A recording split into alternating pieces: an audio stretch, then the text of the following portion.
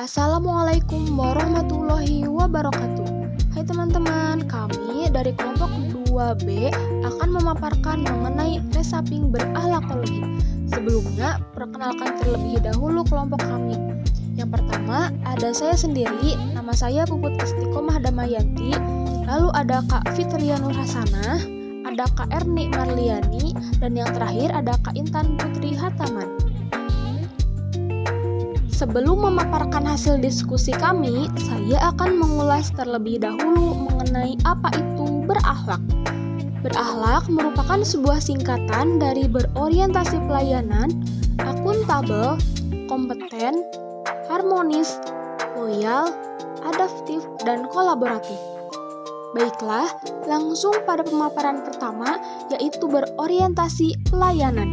Berorientasi pelayanan dapat didefinisikan sebagai melakukan komitmen memberikan pelayanan prima demi kepuasan masyarakat.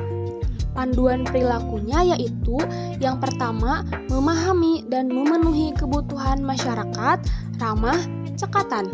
Yang kedua, melakukan perbaikan tiada henti. Adapun yang dapat kita lakukan di puskesmas yaitu melayani pasien dengan ramah, cekatan, dan dapat diandalkan. Lalu, memahami dan memenuhi kebutuhan pasien atau masyarakat dengan cara melakukan evaluasi berkala. Seperti contoh dokumen pada gambar di samping.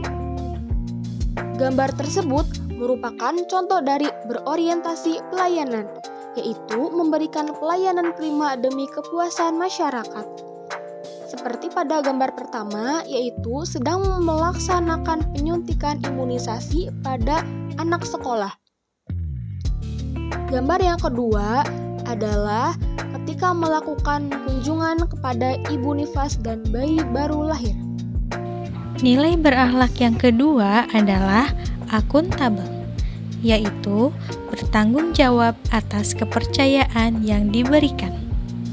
Panduan perilakunya berupa melaksanakan tugas dengan jujur, bertanggung jawab, cermat, disiplin, dan berintegritas tinggi.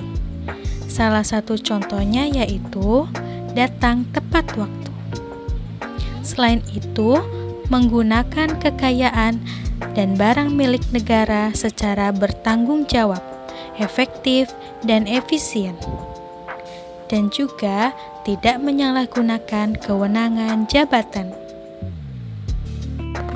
Selanjutnya yaitu kompeten, yang artinya terus belajar dan mengembangkan kapabilitas. Beberapa cara yang dapat ditempuh yaitu meningkatkan kompetensi diri untuk menjawab tantangan yang selalu berubah. Sebagai contoh, kita sebagai seorang bidan dituntut untuk selalu memperbaharui ilmu dengan mengikuti seminar maupun pelatihan.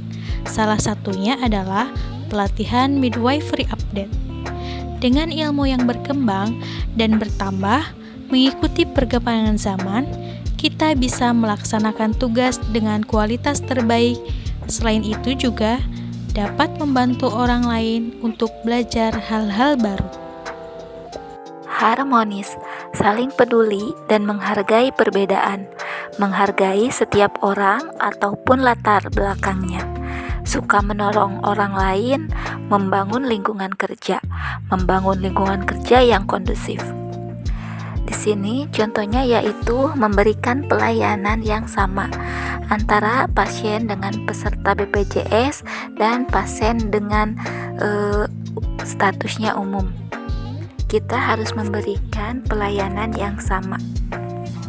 Loyal, yaitu berdedikasi dan mengutamakan kepentingan bangsa dan negara. Sebagai wujud perilaku, yaitu memegang teguh ideologi Pancasila, Undang-Undang Dasar 1945, setia pada NKRI serta pemerintahan yang sah. Kemudian menjaga nama baik sesama ASN, pimpinan instansi, dan negara.